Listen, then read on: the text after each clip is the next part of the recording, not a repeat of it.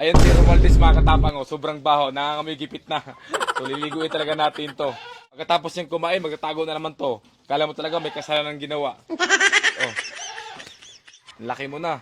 Busog ka sa pagkain ng taong bayan. So yun mga katapang, andito yung ngayon sa aking Little Good Farm. So ito yung napapatanggal ng stress sa akin ngayon mga katapang. Pag minsan nai-stress ako, pupunta ako dito tapos nagpapakain ng kambing habang nagkakape. So ito yung nakatanggal ng stress sa akin mga katapang. Tuwa ako pag nakikita sila. So mamaya mga katapang, pagkatapos nilang kumain, ay liliguin natin yung mga kambing. Alam ko karamihan sa atin hindi alam na pwede liguin ng kambing. Ganon din ang nalalaman ko dati na bawal liguin ng kambing. Pero simula nung nag-alaga ako ng kambing, nagtanong ako sa mga may kambing, mapa-backyard man o mapa-farm, nililigo talaga nila yung kambing nila. Kasi ito ay nakakatulong para gagaan ang pakiramdam ng kambing, tapos iwas kuto, tapos gaganda din ang balahibo. Pero hindi advisable mga katapang na araw-araw liliguin yung kambing. Depende lang pag sobrang init ng panahon, or may kuto yung kambing, or sobrang dumi ng katawan nila dahil nahihigaan yung dumi nila. So ganun lang, bawal talaga na araw-araw. Kasi kambing pa rin yan, di ba? Kung yung tao nga maliligo araw-araw, di ba? Parang iba na rin.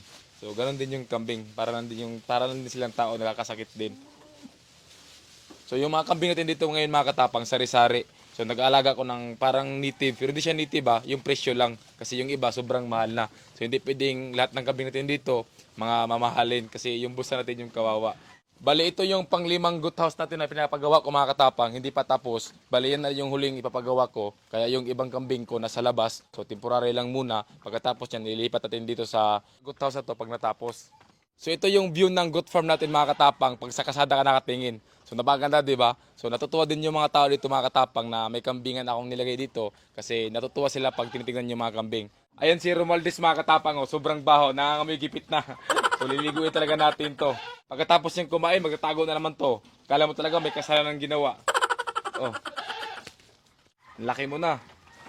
Busog ka sa pagkain ng taong bayan.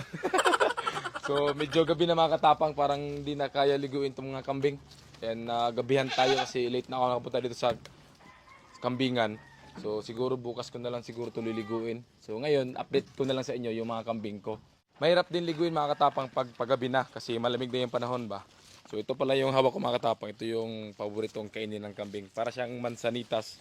Pero dito mansanitas ha. Hindi ko rin alam kung anong pangalan ng damo na to. Basta ito lang yung pinapakain namin.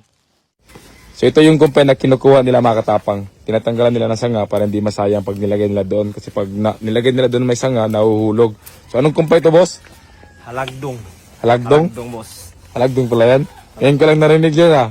Saan mo na-search yan? Sa Google? So malakas kumain yung kambing nito mga katapang. Paborito nila to. Para silang nag-aagawan. Para kumbaga yung tao parang kumakain ng lechon, nag-aagawan sa balat ba.